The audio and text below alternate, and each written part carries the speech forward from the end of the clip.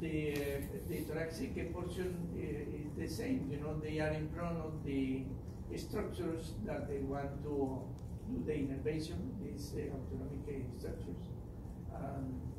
And is an order, you know, they are really created for this purpose that they have in front. See in the next. And now look that I told you, this a very long preganglionic fiber, you see? This long preganglionic connection, and look the connection of the sympathetic area, you know, is you cannot compare. And the postganglionar part is exactly almost in the organ, you know. It's I suppose it's because of the different functions that they have. The important is that they are doing the vagus, for example. The vagus can, for example, I suppose this connection has to use this, has the possibility to use this, but it's not doing that. It's doing a part, but very, very long structures to reach the second synapses. It's really interesting. This is like to show that. Okay, it's an approximation. Okay, next. Okay, the same is the disposition of the different areas, the different plexus, you know, in front of the structures. You can see very well. Next. This is the lumbar portion, you know, including the distal part of the rectus.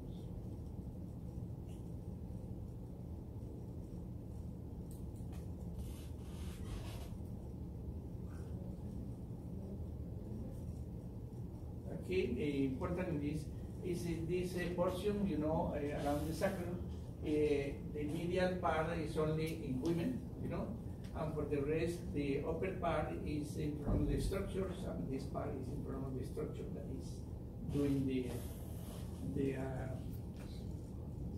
synapses. Next.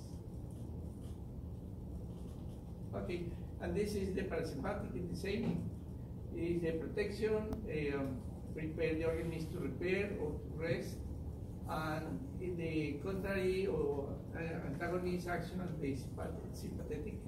And the important is that the neurotransmitter is the acetylcholine, you know, it's known like that, but I suppose that we have several of these. Next. Is it the same? Okay, we saw already. Next. Okay, this is the cranial part of the parasympathetic area, and you have these in two portions. The parasympathetic nuclear areas, no, including the oculomotor nerve, the facial, the glossopharyngeal vagus, but I suppose that all the structure has to be included because they are acting without the control of the conscious liver. The sacral area is the same. Okay, we have to go because the small the babies are. Okay, this is the peripheral part. Next. Okay, see the description of the oculomotor. The most important in this slide is the presence of the parasympathetic fibers that are traveling to the pupilla and then to the ciliary muscles, you know, to control the mobility of the crystal. Next. This is the facial, you know, it's amazing. You know, the large functions that we have concern the glands and the impulses at the level of the cochlea, etc. You know, a lot of functions. Next. The glossopharyngeal the same, as you see. They are in all of this area with the representation of the structure that we have in front of you. Next. Okay, yeah, and I think it's a real system is a part, you know, I think it's the chief of the systems, you know. It's controlling everything with all the possibilities. at the level of the thorax, at the level of the sacrum, at the level of the all the structure is connected with the vagus. For that reason, I don't see the name of vagus name is I suppose it's because it's reducing the excitatory activity, but not because of the action, because it's perfect. Next. Vagus, the Latin for vagus, I guess a good thing is a Greek word actually. It comes from a wandering, and it means wandering. Yes, vagus means wandering, yes. And the reason they called it the vagus nerve is because this nerve wanders all around the body. That's the reason for it. So, like in Spanish, we say like it's lazy. In Spanish, it's lazy. But we also use that like a I want to say that's a street bum or a choler in the street. Vago, en la calle. He's all around the town, the same way as the vagus nerve is all around the body. So that's how it's thought. Yes, that's how they named it. Yes. Okay, exactly.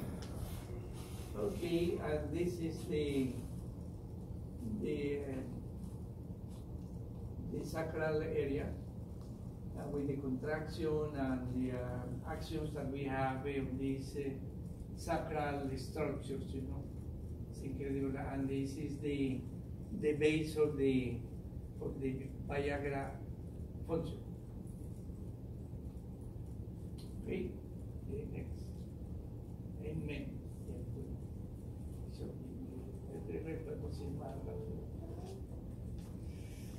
Okay, I think we were seeing this part. Next, the same.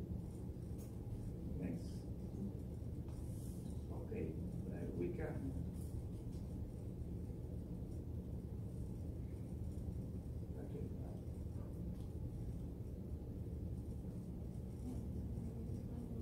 Okay, this suprarenal, you know, the terminals are going directly to the suprarenal area, you know, and without stations, you know, without connection. And I can suppose why, because of the production of the suprarenal concern the epinephrine and norepinephrine is very dramatical and important for, I suppose, it because of that.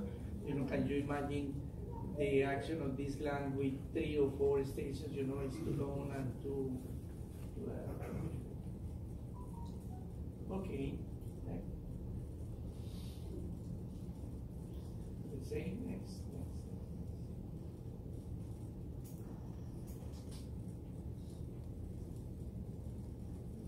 That's what we were talking about this. Yeah. Okay. I think one of the important things that we have to replace is the autonomic neuropathy. You know, the injured autonomic nerves can affect your blood pressure, heart rate, perspiration patterns, bowel movements, blood and everything, digestion, reproductive organs, eyes, sweat glands, weight, etc., etc. If we are remembering the functions and the actions, the injured structures are the structure and the function. You know, for that reason is the representation. Of course, that the symptoms depends on the localization, the cause of the problem, at the same time the localization of the injured tissue. Next. The known causes of the autonomic system, the alcoholism, the diabetes, the chronic illness such as HIV, Parkinson's disease, for example. In the mesencephalon, we don't have the substantia nigra, the dopamine production is less, etc. You know that the medication, antimetabolites are producing damage on the tissue, nerve trauma, like laceration, causalgia, etc. Degenerative disorders like multiple system atrophy, routinary lifestyle severe, you know, is producing fatigue, etc. Okay, that's the, and then if we are thinking that if someone doesn't have the proper use or the proper function of the neurotransmitters, for example, if something is destroying the neurotransmitter, and we are trying to help the patient, you know, giving something to stop or cancel the structure that is producing destruction, we are going to put more neurotransmitters available for the synapses. and that is the sense of the antidepressive medicines, you know. For example, if we have the MAO, the monoaminoxidase. The monoaminoxidase, the role of the monoaminoxidase is to give the oxygen to the structures and then to cancel the function of this structure to be reabsorbed, you know. Yeah, if we are going to stop or cancel or to do moderation of the monoaminoxidase, okay, we are going to get more serotonin or more dopamine or more neurotransmitters available. And I think it's possible. And the same. Concentrated marijuana is giving more possibilities to use the serotonin, the LSD, the stimulation with the producing hallucination. Cocaine is giving stimulation. The burundanga, do you know what is burundanga? Scopolamine. Do you know that Aruba has a lot of plantations of scopolamine? The burundanga. Eso one. Huh? Eso one. No, 100 of in Aruba we have a really mine of these plants. You know, it's the plant with the white flower. You know that is falling like this. This is the burundanga. So why there are so many plantations here? It's natural. I think it's growing in the desert. It's amazing, you know. And you see the cabritos are respecting the plant. And if you are giving to the animals, they are not accepting. Because the autonomic system of the animals is perfect. Okay, the beautiful sildenafil diagram, the catecholamines, you know, you have the pheochromocytomas, you have the gabapentin, very interesting. The gabapentin is producing sedation. The gabapentin is producing sedation, you know, and then it's producing some kind of mask of the pain, etc., with all the collateral effects, but it's working. The cheese, you know, with the tyramine, the chocolate, the products of the fermentation are producing aminas, NH2 aminas. Okay, the toxic in the organophosphorados, you know, as you know, you have patients almost in coma with meiosis, etc., and you have to know that the treatment is to give the medicine, the barbitúrico, reserpina, ácido gamma aminobutírico, GABA, etc.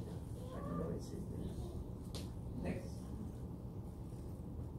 Okay, the autonomic nervous system exists.